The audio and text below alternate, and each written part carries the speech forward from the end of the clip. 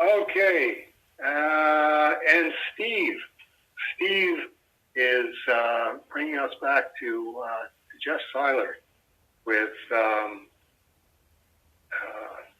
how's about revisiting the Seiler copy of Cerebus Guide to Self-Publishing, and did either of you figure out what Jeff wrote around the outside edge of that page?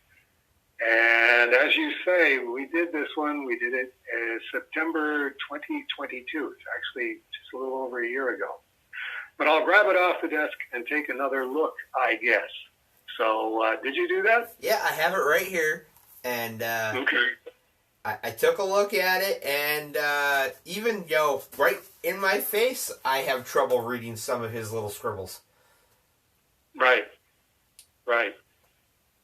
I mean, I think we got it to a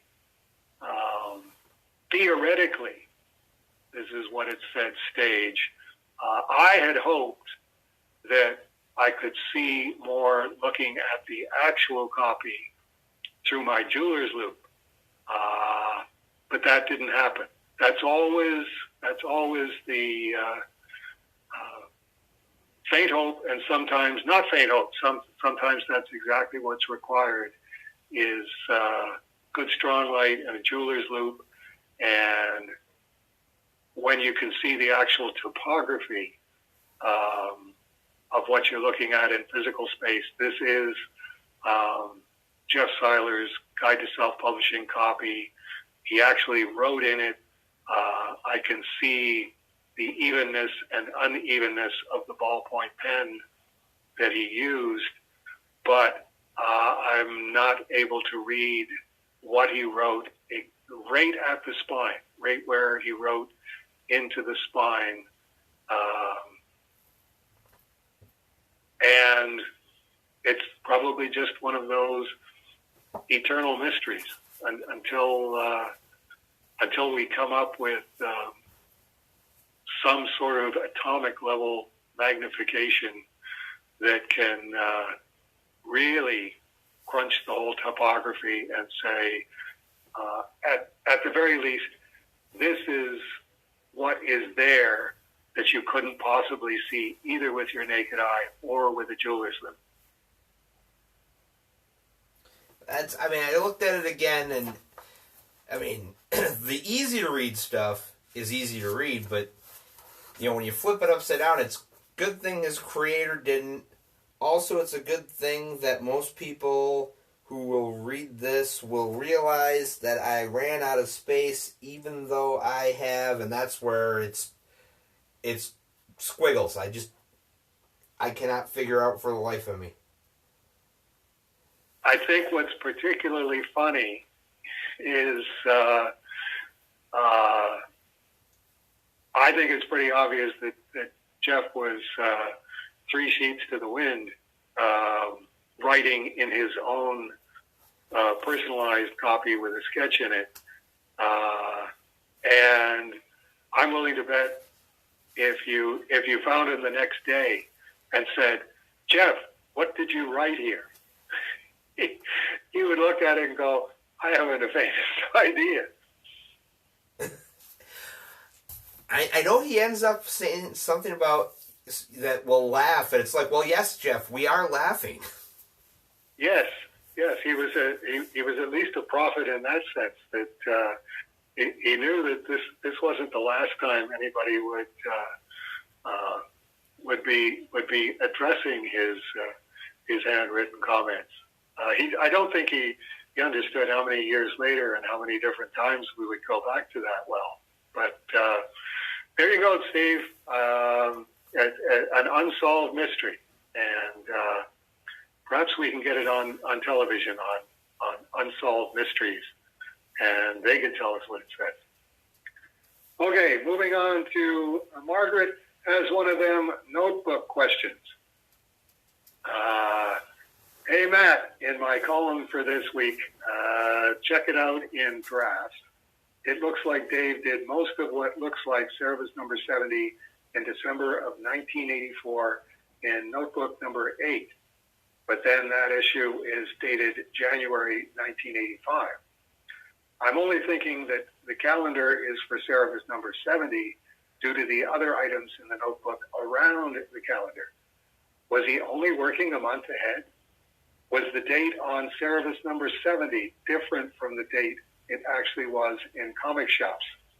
How the heck did he do 2 pages a day and everything else he had going on? Youth, eh? I dug out my off-White House Library copy of issue number 70 and went through it this afternoon. No, I wasn't working 12 hours a day, but I was working 8 or 9 hours a day just on Cerebus. And the reason that I emphasize that is issue 70 is Denny's last editorial, which meant all of the other AV titles were exclusively her problem at that point, and that all had been decided a month before, two or 3 months before. I'm trying to think. It wasn't an enormous amount of lead time, but Denny does say that she had been trying to figure out how to write this last note from the publisher, and had finally woken up Christmas morning and had come to the conclusion what she was going to write and how she was going to write it. So, as I say, the significance for me was by that point, I no longer had to discuss everything that was going on at Aardvark Vanaheim. By the time I was mapping out issue 70 and deciding what was going to happen, Denny's gone out of my life, out of Cerebus's life, out of Aardvark Vanaheim's life. So I could do things like, okay, we're going to do an overpriced portfolio called First Fit to pay off a chunk of the animated Cerebus debt, which was around $16,000. I agreed to assume the entire debt, and Denny could walk away from that free and clear. And then, just sit down and do my part of plate number 1 and hand it to Gerhardt and say, here, throw a background behind this, and, do the same for plate number 2 while working on issue number 70, and then advertise it and get it printed. That's why I swore I would never publish anyone else ever again, because I knew the difference at that point. I knew, okay, this was what doing Cerebus was when it was just me and Denny and Cerebus, and this was one level of engagement and one level of complexity. As soon as we were publishing whatever it was, like 6 other titles, something always needed to be discussed and decided. And when you're discussing and deciding, you ain't writing and drawing. I could do more work on the page instead of in the notebook, because I got to the studio and sat down and started writing and drawing a Cerebus page. I didn't go to the office to find out if I got any mail, and then Denny says, "Okay, we have to decide this," or phoning down the studio, "Can you come up here because we have to discuss this?" Instead of spending 25% of my day in the office as president of Aardvark Vanaheim, I was writing and drawing Cerebus. It wasn't, do we publish Normal Man or do we publish Megaton Man? Well, I think Megaton Man's the better book. But, Cat Ironwood says that if we don't publish Normal Man, Eclipse is going to publish Normal Man. Well, okay, that doesn't seem like a persuasive argument to me, but I can tell, talking to you, that's a persuasive argument to you. So, okay, figure out what's involved in doing a color comic, and we'll spend, more hours talking about this. What order do the books get printed in at Prenny? Flaming Carrot just came in. And Gary and I have another week of work to do on the book on the issue of Cerebus we're working on. No, it was just Cerebus. As soon as it's done, you get it printed. So it definitely looks like I was working 12 hours a day, and living off of coffee or whatever. No, it was just that I was writing and drawing at the same speed I had been writing and drawing, where I was part writer and artist on Cerebus and part president of Aardvark Anaheim. And suddenly there was just tons and tons of time to do things. It's like, let's do Cerebus Jam. Let's do stories with other guys, and I'll just Terry Austin's Squint Eye. I'll do a Popeye parody with him, and I can sit down and knock out my part of the page when I get into the studio, and then switch over to working on Cerebus number 71 or whatever it was. And it's like, that I wanted to leave behind as quickly as possible and never pick it up again. Which I got tempted back in, where I went, okay, well, I'll just do Puma Blues, and I'll set up a whole separate company, Aardvark One, to do Puma Blues.